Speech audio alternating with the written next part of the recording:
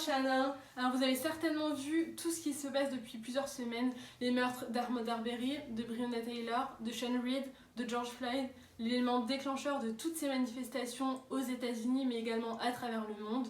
Vous avez également sûrement dû voir passer le hashtag Black Lives Matter sur les réseaux sociaux ou dans les manifestations. Il faut savoir que ce n'est pas qu'un simple hashtag, c'est devenu un mouvement et c'est la raison pour laquelle on fait cette vidéo aujourd'hui. C'est parti. Pour comprendre ce qui se passe aujourd'hui, on doit prendre en compte l'histoire. On ne peut pas comprendre le présent sans considérer le passé. En ce qui concerne les États-Unis, les inégalités sociales et le racisme ont toujours fait partie de l'histoire. En commençant par l'esclavage qui a duré plus de 2 siècles, qui a été aboli en 1865 grâce à la guerre de sécession et à l'intégration du 13e amendement dans la Constitution. Suite à la fin de l'esclavage, il y a eu ce qu'on appelle la reconstruction qui a duré jusqu'en 1877 et qui avait pour but de réunir les États du Sud ainsi que les esclaves qui avaient fraîchement été affranchis et de se battre pour l'égalité d'un point de vue légal. En 1868, le 14e amendement a été signé et a donné aux Noirs les mêmes droits qu'aux Blancs. En 1870, donc 2 ans après, le 15e amendement a accordé le droit de vote aux Noirs. Évidemment, donc, cette évolution n'a pas plu à tout le monde. C'est pourquoi en 1876, les lois de Jim Crow ont été adoptées dans le Sud, donc uniquement dans les États du Sud, et avaient pour but de marginaliser les Noirs et de séparer donc les Noirs et les Blancs. Le mot d'ordre, c'était un petit peu equal but separate, et c'est ce qui a donc donné naissance à la ségrégation qui a duré jusqu'en 1965. Alors, il est très important de ne pas oublier le Civil Rights Movement qui a eu lieu entre le milieu des années 50 et le milieu des années 60. On le connaît notamment grâce à 3 de ses leaders, Rosa Parks, Martin Luther King et Malcolm X. Alors ce mouvement avait pour objectif d'établir une réelle égalité de droits civiques avec les Noirs aux États-Unis, et notamment en abolissant la ségrégation. Alors ce mouvement a été créé à la suite de plusieurs événements successifs. Le premier, le meurtre d'Emmett Till en 1955.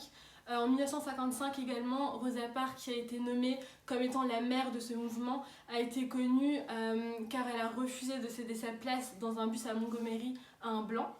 En 1963, il y a eu le Birmingham Campaign dans l'Alabama. Martin Luther King a lancé plusieurs manifestations pacifiques et c'est ce qui a mené à l'abolition de la ségrégation dans les lieux de restauration, au niveau des fontaines, mais également en ce qui concerne les toilettes. Au cours de cette même année, au mois d'août 1963, il y a eu la March on Washington, qui a regroupé des Noirs mais également des Blancs, qui ont lutté tous ensemble contre les discriminations et contre la ségrégation.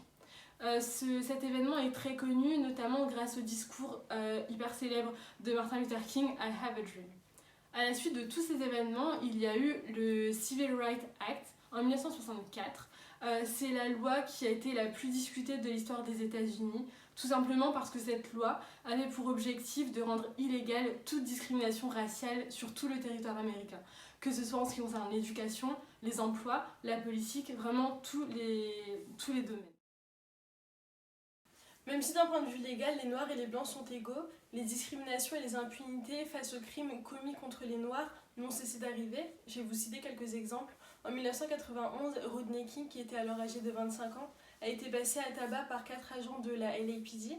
Ces 4 agents ont été acquittés. En 2006, Sean Bell, qui était alors âgé de 23 ans, a été tué le jour de son mariage par balle par des policiers de New York, qui ont été acquittés. En 2009, Oscar Grant, qui était âgé de 22 ans, a été tué par balle également, une balle dans le dos, ou plusieurs, il a été tué par balle dans le dos, alors qu'il était menotté, couché sur le ventre, parce que le policier aurait confondu son taser avec son arme. Il a passé moins d'1 an en prison. En 2010, Ayanna Stanley Jones, qui était alors âgée de 7 ans, a été tuée par balle chez elle. Le policier a été acquitté également. Et en 2012, Trayvon Martin, qui était alors âgé de 17 ans, a été tué par balle également par une personne qui s'occupait de la sécurité dans le voisinage, qui le trouvait suspect parce qu'il portait un hoodie. Alors George Zimmerman, le meurtrier de Trayvon Martin, a appelé la police et a décrit Trayvon en disant qu'il avait l'air suspect, qu'il avait l'air d'avoir de mauvaises intentions. Le policier qui a été en ligne avec lui lui a alors demandé d'arrêter de le suivre, ce qu'il n'a pas fait. Donc Trayvon Martin et George Zimmerman se sont rencontrés, ils se sont battus d'après George Zimmerman et il lui a tiré dessus. 1 an et demi après, la justice a rendu son verdict et a acquitté George Zimmerman de ce meurtre.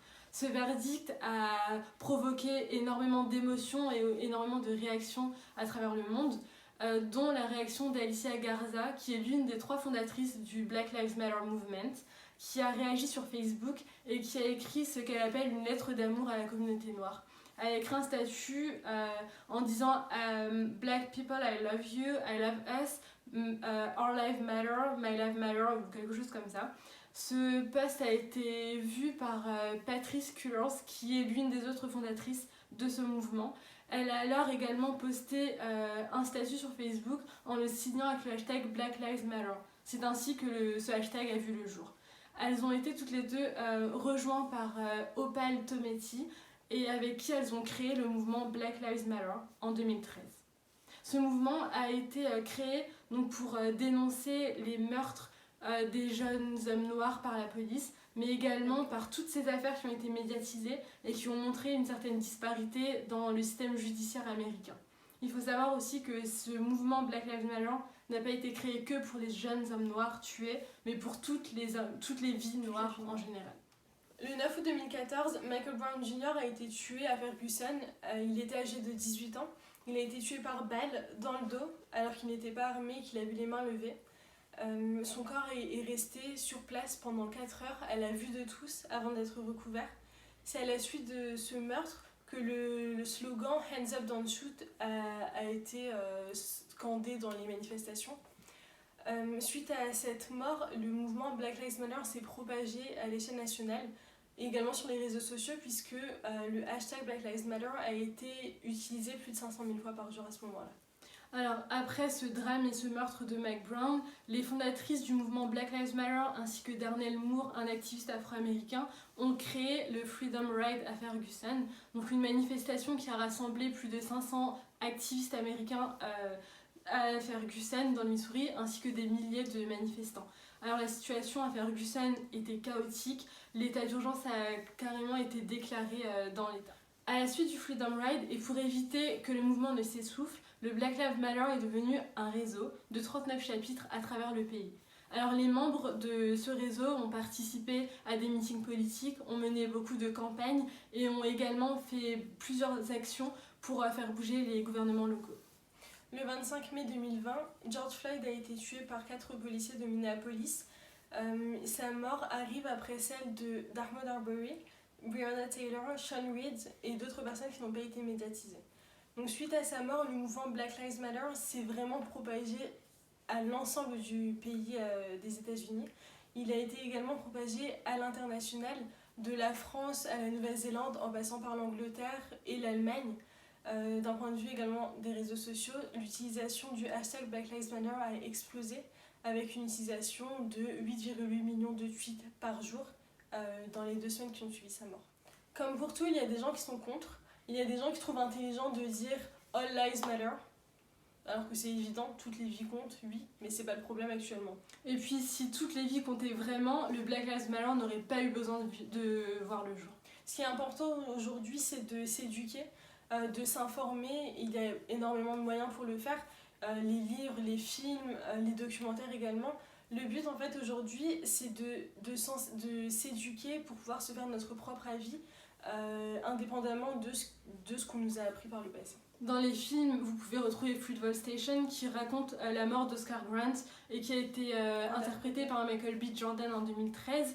Il y a The Birth of a Nation, The Hate You Give, Black Landsman, La Voix de la Justice, le combat de Ruby Bridge, dans leur regard qui reprend l'histoire des Central Park Five. Il y a énormément de films, beaucoup de documentaires aussi. Host Streets qui retrace la mort de Mike Brown. Vous pouvez vraiment trouver tous ces films, tous ces documentaires sur Netflix, sur YouTube, sur Disney+, c'est vraiment accessible à tous. Donc voilà, on a terminé avec cette vidéo, on espère que vous avez appris beaucoup de choses. On revient prochainement avec une autre vidéo, en attendant, prenez soin de vous. Bye.